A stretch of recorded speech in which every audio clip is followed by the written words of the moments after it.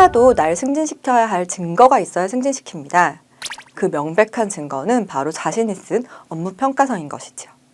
그런데 저 같은 사람은 약간 백을 적어야 할 때 자기 회의에 빠집니다. 약간 어릴 때부터 왜 나대지 마라, 겸손해라 같은 말을 들으면서 저희는 약간 감추는 법을 배우면서 자라잖아요. 그리고 약간 기사 하나를 쓸 때도 제가 너무 유능하고 막 잘해서라기보다 보통 운이 좀 좋았거나 타이밍이 좋았거나 아니면 주변 사람들의 도움 덕분인 일들이 정말 많았거든요. 그럴 때 이걸 내가 과연 다 했다고 적는 게 맞나? 라는 생각이 드는 것이죠.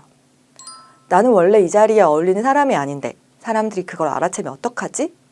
아니면 내가 성공한 건 내 노력 때문이 아니라 운이 좋았기 때문이야. 난 칭찬이 너무 부담스러워. 내가 한 게 별로 없거든. 왜 저렇게 나에게 기대를 하는 거야? 혹시 이런 말을 자주 하는 사람이라면 가면증후군에 걸려있지 않은지 의심해 봐야 합니다. 가면증후군이란 유능하고 사회적으로 인정받는 사람이 자신이 실제로는 무능하며 언젠가 사람들이 그걸 알게 될 것이라고 걱정하는 심리 상태를 말합니다.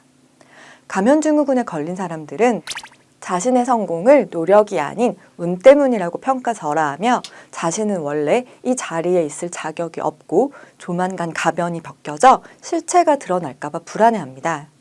왜 잘했어 라고 칭찬하면 아닙니다 라고 겸손을 넘어서 막 자기 험담, 자기 자학을 하시는 분들이 계시잖아요. 그런 사람들이 바로 가면증후군에 걸린 것이죠.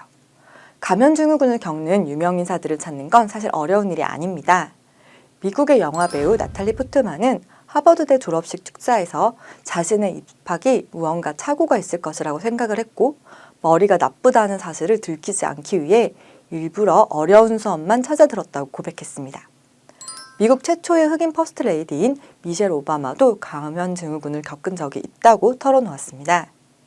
전 지금보다 어린 연차일 때 사실 이름만 대면 알만한 기업의 홍보임원 자리를 제안받은 적이 있었습니다. 그때 헤드헌터에게 전화를 받자마자 이런 생각이 들었습니다. 이 사람이 왜 나한테 연락하지? 나에 대해 뭔가 잘못 알고 있는 거 아니야? 괜히 만났다가 내가 회사에 이직하고 싶다고 소문이라도 나면 어떡하지? 그리고 이직을 한다고 해도 내가 그 일을 할 수 있을까? 결국 한다고 해도 금방 실력이 들통나 망신만 당하고 잘려서 실업자가 되고 말 거야. 정말 부끄럽지만 전 전화 한 통을 받고 이 많은 생각을 했습니다. 그리고 고민 끝에 그 헤드헌터를 만나지 않았습니다. 나중에 이 이야기를 들은 한 친구가 그런 말을 하더라고요. 야, 일단 만나는 보직을 했어. 내가 할 만하니까 연락을 했겠지. 그리고 아직 어린데 실업자가 왜 되냐? 오히려 한 번 임원 되고 나면 그 다음 자리도 임원으로 올 텐데. 가면증후군을 겪고 있는 사람들은 자신의 성공을 온전히 받아들이지 못합니다. 혹시나 실패할까봐 두려워하는 마음도 큽니다. 그렇다고 인정받고 싶지 않은 것은 아닙니다. 오히려 타인의 시설은 지나치게 의식하며 인정받고 싶은 욕구도 강합니다. 다만 말을 안 해도 상사와 동료들이 알아주길 바랄 뿐입니다. 그러나 말 안 해도 알아주는 사람은 세상에 없습니다. 세상에서 나를 가장 사랑하는 부모도 마찬가지입니다. 그렇다면 어떻게 이런 마음을 극복하는 것이 좋을까요? 먼저 어차피 우린 다 비슷한 인간이라고 생각하는 것이 필요합니다.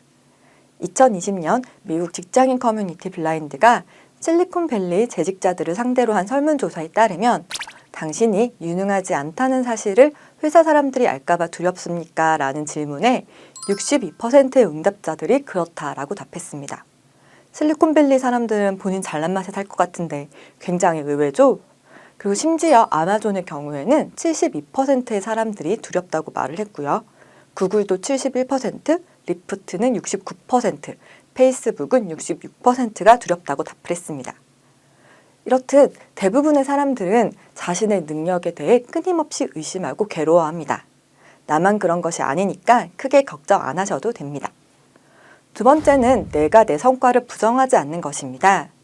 왜 남들이 당신에 대해 무언가를 칭찬하면 아니에요 라고 말하지 말고 그냥 감사합니다 라고 말하십시오.